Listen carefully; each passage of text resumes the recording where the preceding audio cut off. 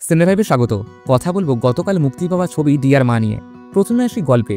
Deer মা একটি drama thriller, যা দুটি ভিন্ন টাইম লাইনে চলে। জয়া এহসান আর চন্দন রায় সান্যাল দম্পতিকে দেখানো হয়েছে। জয়া কেরিয়ারের কারণে মা হতে না চাইলেও পরে একটা বাচ্চা অ্যাডাপ্ট করেন। এরপর মা মেয়ের সম্পর্ক কিভাবে গড়ে ওঠে, একদিন মেয়ের নিখোঁজ হওয়া এবং পুলিশ ইনভেস্টিগেশন নিয়ে গল্প এগোয়। সিনেমাটি মূলত প্রশ্ন তোলে, আসল মাকে যিনি জন্ম দেন নাকি যিনি লালন পালন করেন। এই ছবির ভালো দিক নিয়ে যদি বলি, সিনেমার অভিনয় অসাধারণ। জয়া এহসান, চন্দন রায় সান্যাল এবং চাইল্ড অ্যাক্টর অহনা সবাই মন ছুঁয়ে গেছেন। গানগুলো খুবই সুন্দর, এর লিরিক মিউজিক অসাধারণ, পরিচালনা ও চিত্রনাট্য খুবই ভালো।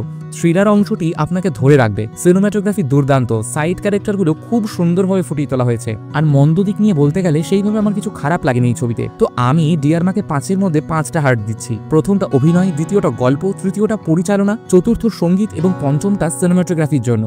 এই সিনেমাটি অবশ্যই দেখা উচিত। এটি আপনাকে ইমোশনাল করবে এবং এটি সুন্দর মেসেজ দেবে। তবে এটি পুরোপুরি থ্রিলার না ভেবে একটি ড্রামা থ্রিলার হিসেবে দেখার প্রত্যাশা নিয়ে যাবেন। গ্যারান্টি দিচ্ছে সিনেমাটা আপনার মন ছুঁয়ে যাবে। আপনি কি সিনেমাটা দেখবেন? কমেন্টে জানান। ভিডিওটা ভালো লাগলে একটা লাইক করুন। দেখা হচ্ছে পরের ভিডিওতে। টাটা।